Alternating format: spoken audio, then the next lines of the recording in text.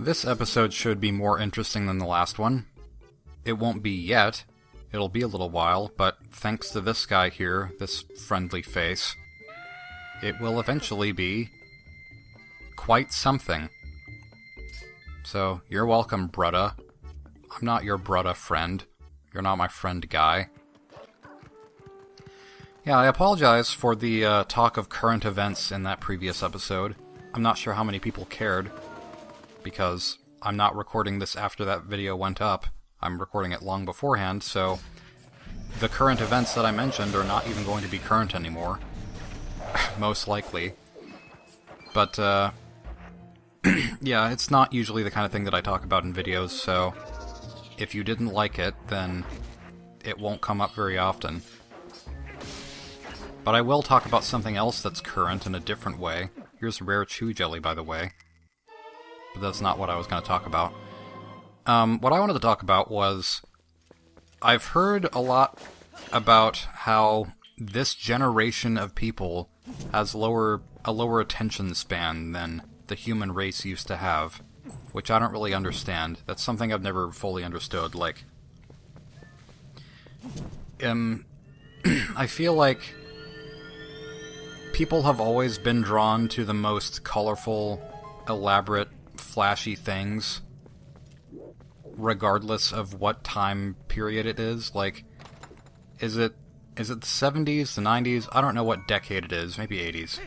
One of those three, where every music video was just psychedelic, colorful backgrounds, because everything was drugs back then. Everything was drugs. And that's bright and flashy in a different way than something like, I don't know, The Dark Knight Returns, which isn't exactly bright, but it is certainly attention-grabbing, you know, lots of loud noises, lots of action. I don't feel like it's that different. I feel like whatever the best option is, you're going to focus on that. Back in the day before TV, I'm sure that kids were most drawn to whatever the toy was that had a rainbow on it and was had lots of gizmos, like maybe it had wheels and it could move around more easily than the other toys, and it was just cooler because of that, you know? I feel like that's kind of a typical thing. And then after TV, well, if you lived in a house with a TV and it had like 2 channels, obviously you're going to spend more time on each channel, and you're going to pick a favorite. But nowadays, we have a lot more options for channels. Let's say we have 50 channels on a TV, which I'm sure a lot of people have more than that. But let's just say you have 50 channels, you're obviously going to spend less time on each one, and eventually you're going to settle on a favorite. It's like, if we have such low attention spans these days, how come people can spend, like, 5 years watching the same television show and always getting enjoyment out of it? Even if the episodes are all like an hour long each. And you can still go to the theater and watch a 2 or 3 hour long movie without leaving, you know? It's not... I don't really get it. And video games, you know, people probably spend more time dedicated to the same video game than ever before. Well, maybe that's not true, I don't know, because back when The Legend of Zelda was the hip only thing, the first Legend of Zelda, I'm sure that people played that for hundreds of hours trying to find all the secrets and stuff, but that doesn't seem that different from now. Like, if you find a game that you really like, even if it doesn't have necessarily a whole bunch of content, you're probably going to play it for a really long time. This is a game, this right here, Twilight Princess, is a game that I've played many, many times, and, well, many, many times, like 5 or 6, I guess. But it's only maybe a 30-hour game, roughly, and I've gotten, from all those playthroughs, far more than 30 hours out of it, maybe even closer to 20 hours out of it every time, but still, that's a lot of time to dedicate to one game, and it doesn't even have enough content to necessarily justify playing it that long, unlike something like, I don't know, Portal 2, where you have all the community maps, and Skyrim, where there's just almost endless content, lots and lots of quests and stuff. I really don't know how it's any different. So, this is the race with Yetta? It is infamous for being difficult, and I didn't expect to fail this many times, but as you can see... Oh, here's a beautiful thing right here.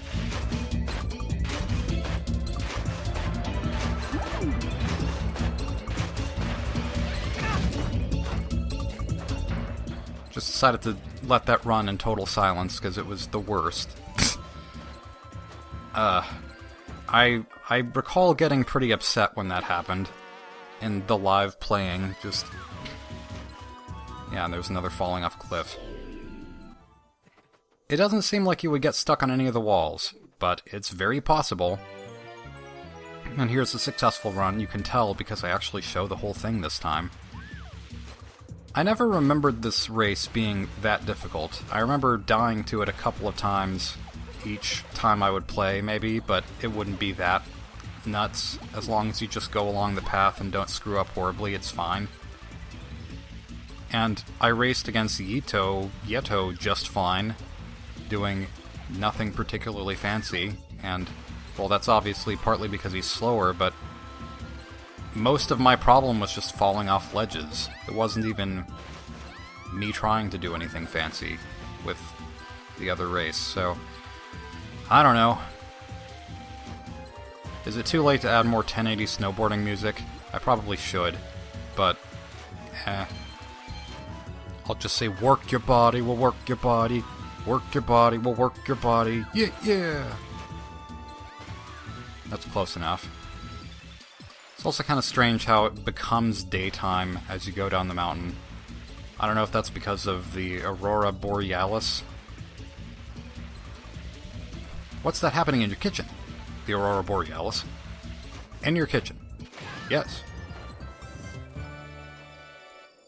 That's another thing I could talk about, is The Simpsons. Despite barely having watched that show. Well, actually, no. I think I have watched a lot of it, and I already talked about The Simpsons. It's just a show that I remember a good bit of for no reason, because I don't feel like I watched it that much. But I did want to talk about it a little bit, because I don't really understand how people would like it more than Futurama, but I'm guessing the reason would be some people just prefer the realism of it. It is a cartoon, but it's also, like, a pretty generic, uninteresting concept for a cartoon. Oh, it's a dysfunctional family in a neighborhood, and stuff happens in their town. Woo. Then Futurama is like, hey, it's a crew of intergalactic space-traveling delivery people. How much more interesting is that? And it's a really diverse cast. Mostly human, but like 2 aliens and a robot. That's a lot more crazy and interesting. So, yeah, maybe The Simpsons is just a lot more relatable for people because it's more close to home or something. I don't know, I don't get it. But people who do prefer The Simpsons are very adamant about preferring The Simpsons, so I shouldn't complain or else I will get lynched. David lynched.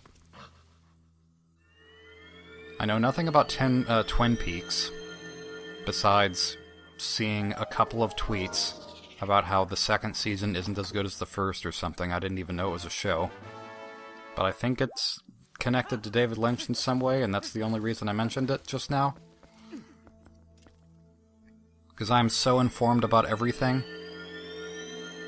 Now I'm thinking about that episode of Game Grumps. I think it was a Sunshine episode where... Oh yeah, gotta do the leg. Watching my past self and his antics. Crazy fool. What was it? I think it was Egoraptor who had said something about... I don't even remember the name. Like Frank Zappa. Is that it? Should I look this up so I don't look completely foolish?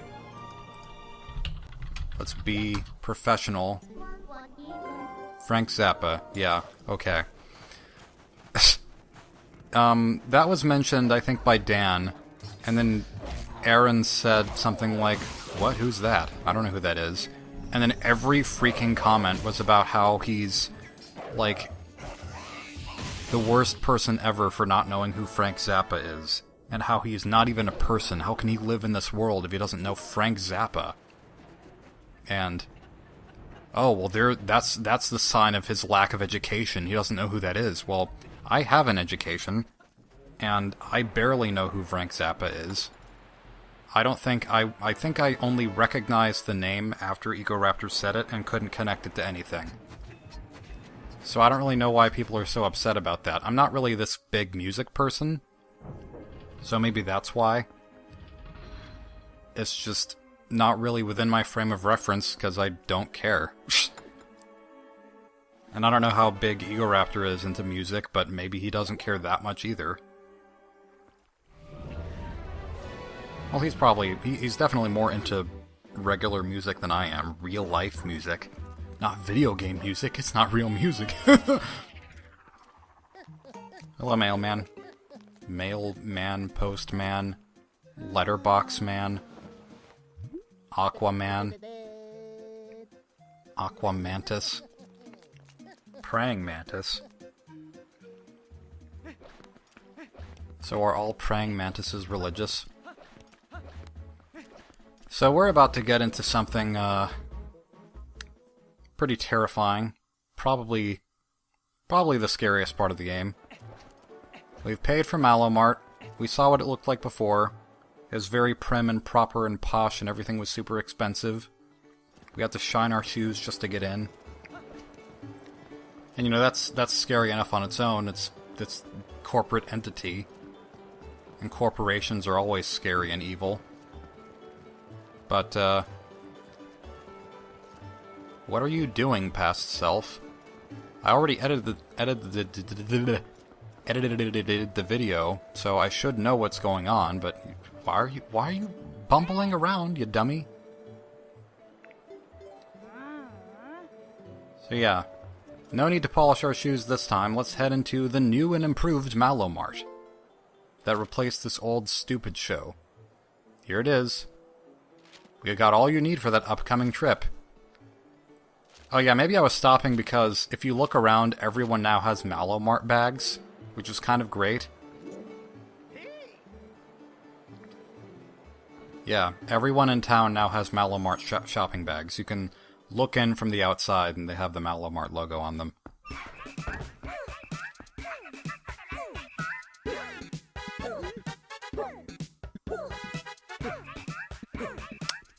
Yeah.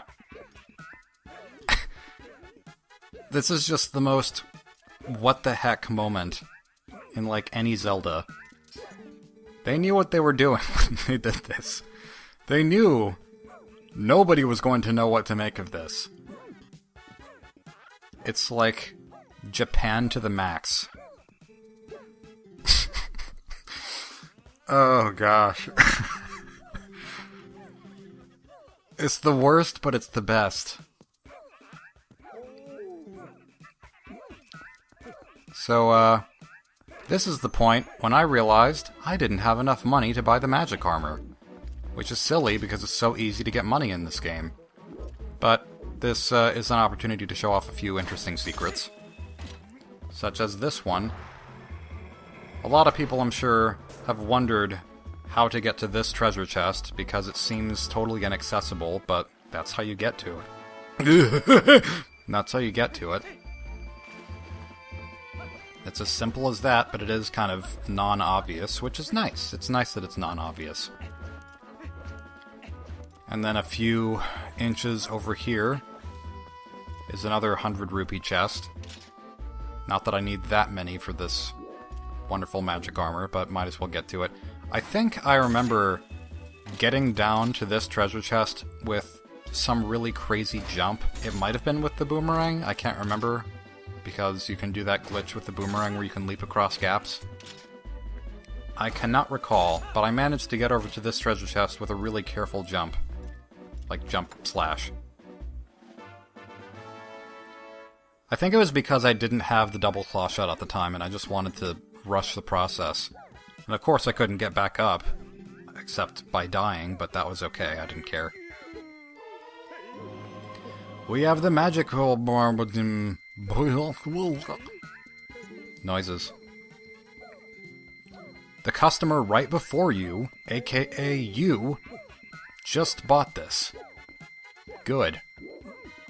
It's unfortunate that that pretty picture of the castle is not still in here, but... yeah, that was Malomart.